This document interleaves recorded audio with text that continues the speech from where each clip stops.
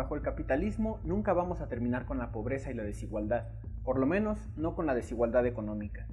Y no porque haya élites políticas insensibles a este problema, sino fundamentalmente porque la propia lógica del capitalismo exige que haya siempre desigualdad y pobreza. Y conforme más se desarrolla el capitalismo, conforme más riqueza crea la humanidad, más crecen la desigualdad y la pobreza en el mundo. Desde el siglo XIX, la desigualdad no ha hecho más que crecer, aunque hubo un periodo en el que el crecimiento de la desigualdad y la pobreza fue un poco más lento. Ese periodo fue entre 1917 y la década de 1980. ¿A qué se debió esta ralentización? Básicamente a que en ese periodo una parte importante del mundo decidió superar el modo de producción capitalista y se propuso construir el socialismo, un modo de producción diferente que terminara por completo con la desigualdad y la pobreza. Rusia inició este movimiento internacional en 1917 y después se sumaron países de Europa del Este, Asia y África. La presencia de una alternativa al modo de producción capitalista obligó al capitalismo de Europa y América a bajar el grado de explotación de los trabajadores y a ralentizar el aumento de la pobreza y la desigualdad. En esa época se crearon los estados de bienestar para mejorar un poco las condiciones de vida de las clases trabajadoras y para espantar al fantasma de la revolución socialista. De esto han hablado autores como el historiador Joseph Fontana en sus libros El siglo de la revolución y Por el bien del imperio, además de estudios económicos recientes como Reformando para sobrevivir, los orígenes bolcheviques de las políticas sociales. A partir de la década de 1980, cuando la Unión Soviética ya atravesaba serias dificultades, los grandes multimillonarios calcularon que el mundo socialista ya no representaba una amenaza para la supervivencia del capitalismo.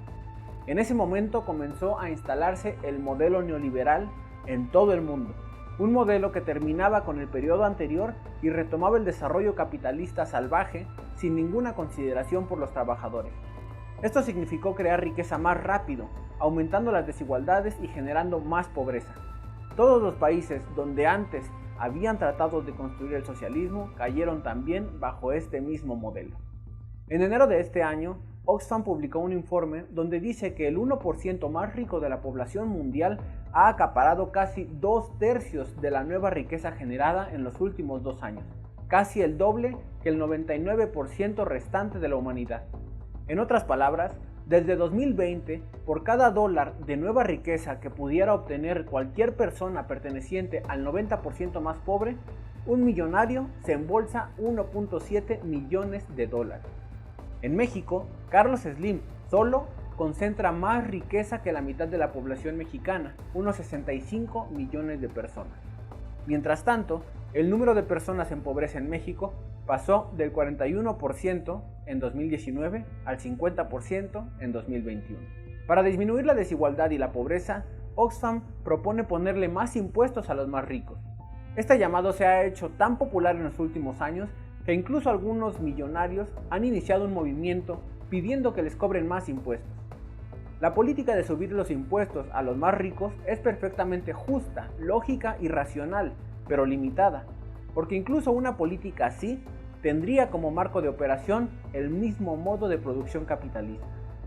En el manifiesto del Partido Comunista, Marx aplaudía a la burguesía y al capitalismo por su gran capacidad para crear riqueza, pero al mismo tiempo criticaba ese modo de producción por su tendencia a concentrar en unas pocas manos la mayoría de la riqueza, mientras a las grandes masas trabajadoras, las verdaderas creadoras de la riqueza, solo les tocaba una parte mínima de lo que ellas mismas producían.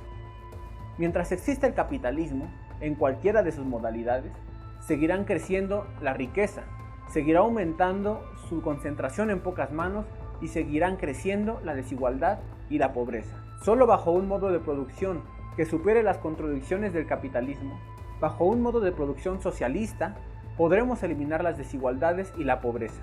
Pero este cambio no llegará solo, hay que impulsarlo entre todos y todas.